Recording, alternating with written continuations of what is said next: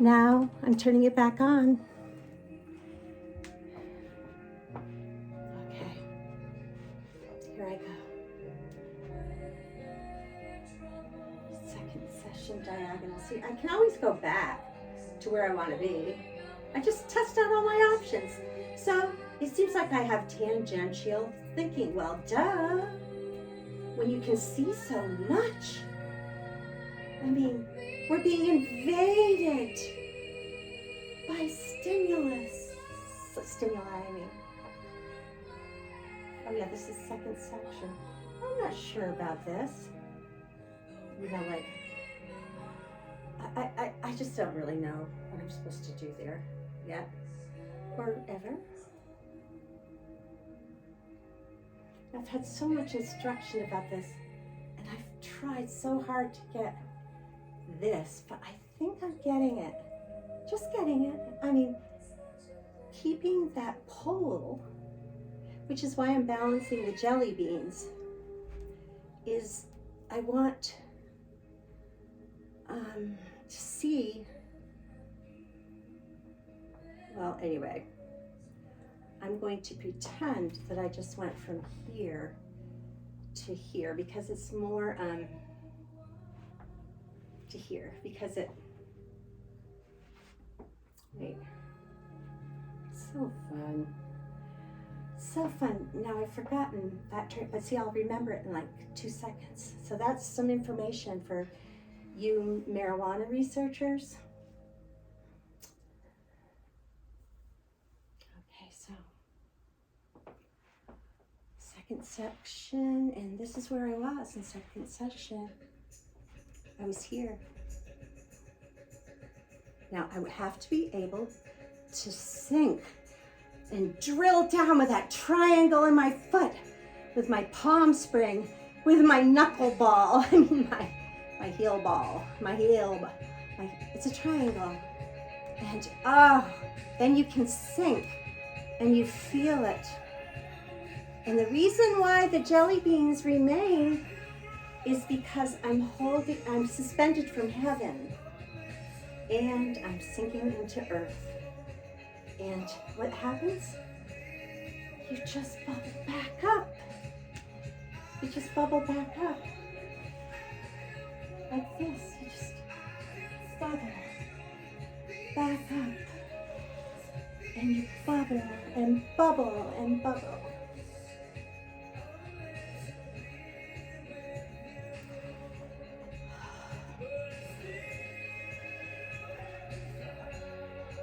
Oh, this will be challenging, doing needle with this thing on my head. Now these jelly beans are having to find an equilibrium. I have a very heavy glass sun dish, hors d'oeuvre dish on my head, and I just poured the bag of jelly beans that Natalie gave me as a nod to Melanie, who brought me Jelly Bellies when Natalie was born, which is partly why I'm doing this. I'm doing it for Melanie and Natalie and everyone who just loves that story. And those who don't know it yet but will love it when they hear it, if they ever do. It's a pretty good story. So, what I'm saying about jelly beans, so they're just, my head, as I'm suspended, one thing that helps me is to think of a giraffe.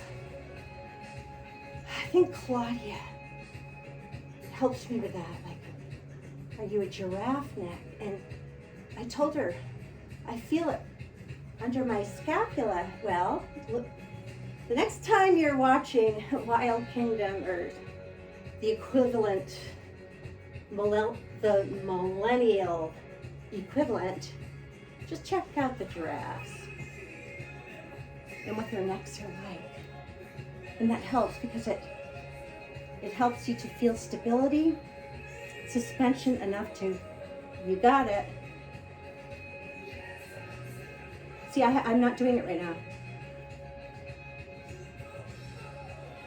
It's very hard. My dance muscles are preventing me from syncing my sacrum right now. Now I can sync it. I'm not going to force it. I'm going to ask myself, why can't I right now sync my sacrum? And I think of all the things that have happened today and that I've been thinking about.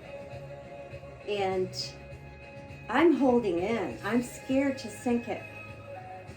I don't have enough energy here. So what do I do? Well, I'm going to get to a place where I can sync it. There we go. Now, whoops. It's very hard for me to do it on my left foot like this because of a slight scoliosis that I've had from birth. And that's and I'm not kneed and all. I'm not kneed, extended knees. It's harder for me to do this than with the other leg.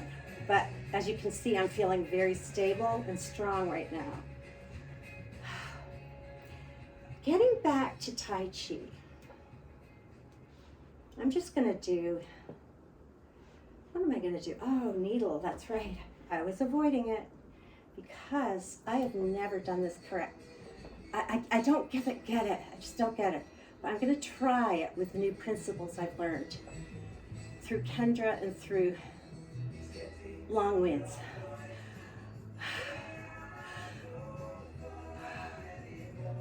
Yeah. So you're kind of pushing up. Now I'm a little girl. I grew up on at a boys prep school on the campus. And I was always looking up to get contact, which I found mostly in individual. No, God, okay, that was not, forget that, scratch. Oh my God, it's pouring. That's why we must scratch. It's pouring. Okay. Okay, so very hard for me to find this. That was the first hurdle, and that's all I thought about, was because I knew I had been so trained in my core and these principles, but I just had to grow a set of balls. That's what I had to do, and I don't have balls, but I've got a vagina. So powerful and accepting. So not fight. It does not fight. It's like a tree. It doesn't fight. On the macrobiotic level. Okay. So that was the first hurdle. Learning how to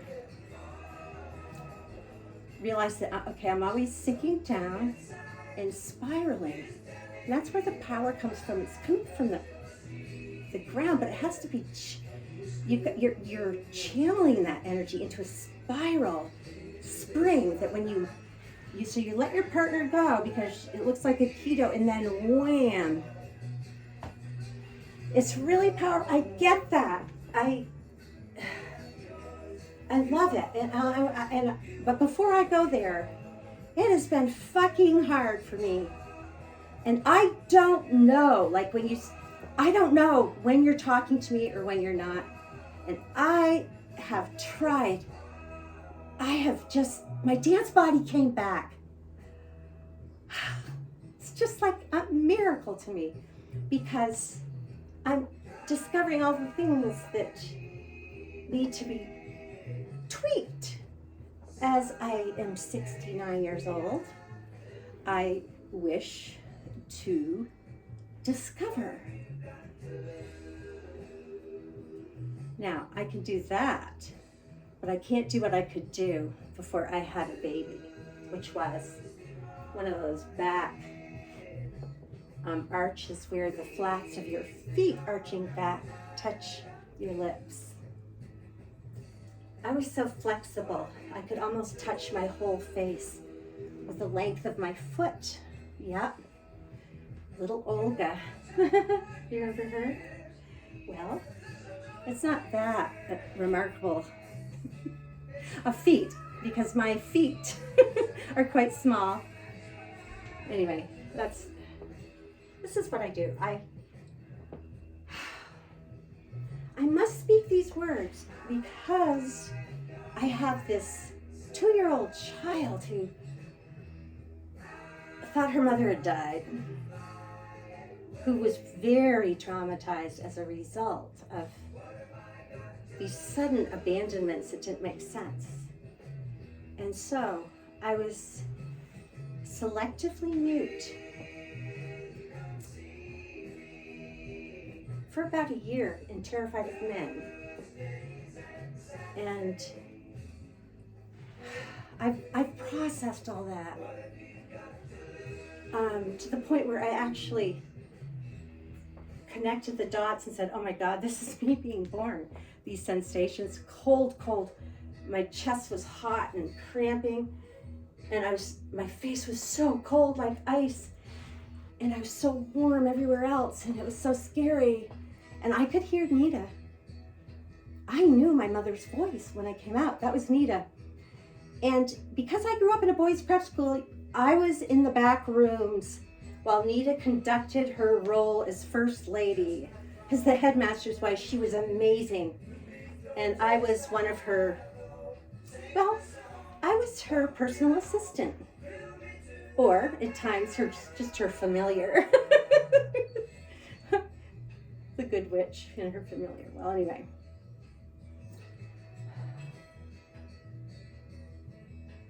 What was I saying? Dear brain, remember. Oh, being born. Oh, yeah. God, I've processed all this.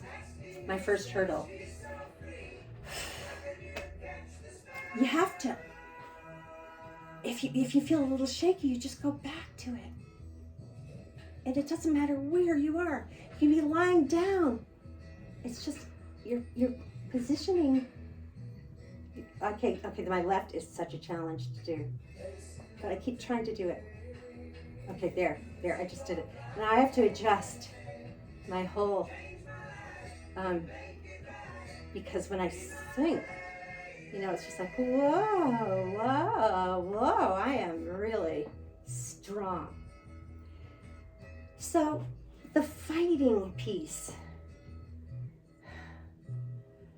at first it was really confusing to me because I was so in need of love.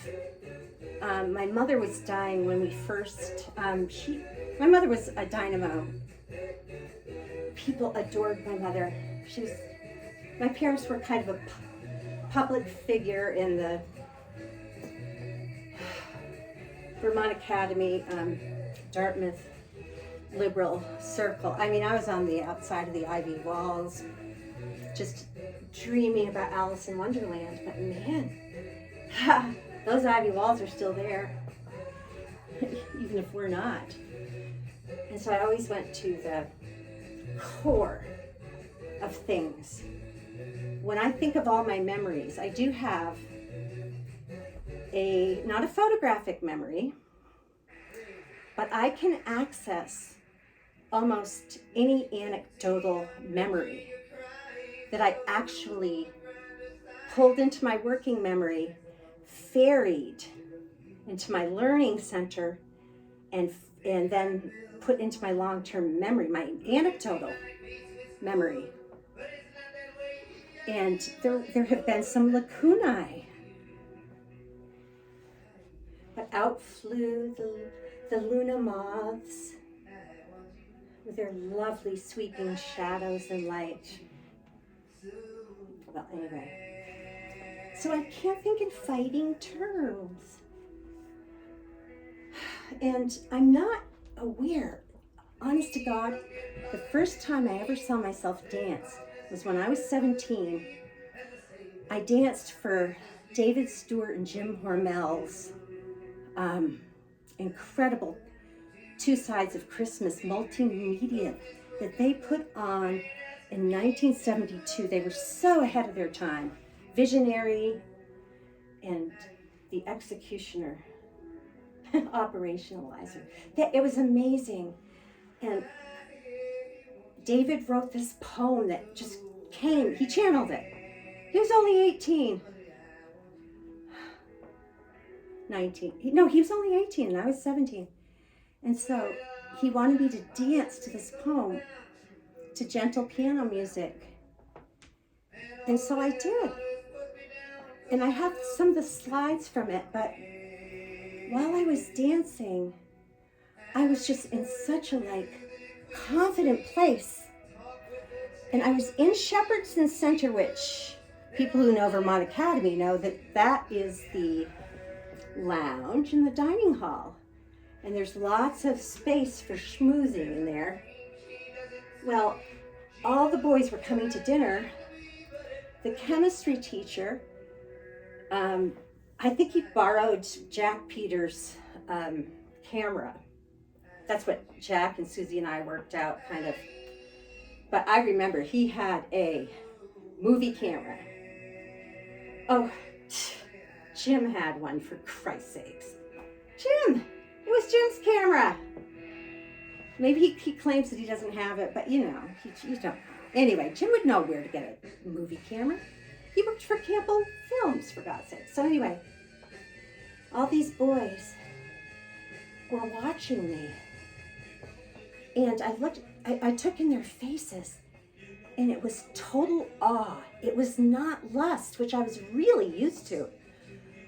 I mean, my sister and I you can imagine. And then when I was the only girl in the headmaster's house on campus, the spring I turned 18, and Jesus Christ, the cat calls. Wow. Anyway, those boys had the look of awe on their face, and this is something really, wow. Who is she? Or what is she? But love, I mean spirituality. And these adolescent boys who are looking at me, 20 pounds thinner than I am now, who could do splits and walkovers. And, I did back walkovers. I could go into a handstand, into a front walkover. I'm just reviewing this in my own head because I didn't do sports. I hated them. That was because of Vermont Academy, having to go to all those games. Okay. Now, I've recently taken on the persona of my tween. And I think it's damn it because Melly is 12 and Una is 10. And I am starting to become that feisty 10, 11, 12 provocateur. I was a provocateur, and I was tough. But when I was 10, when I was 6, when I was 5 actually, because I wasn't in kindergarten yet, there were 2 kids that lived in an alumni hall, Robbie Tischler and John Prentice, and there was another one from, I don't know where he was from, but these were faculty kids and they were boys, and I had to be their leader. They expected it of me. Now, that's happened to me all my life. But it started happening to me when I was very small, and even though I'd had this tragic situation, this wrenching separation from my mother, who was highly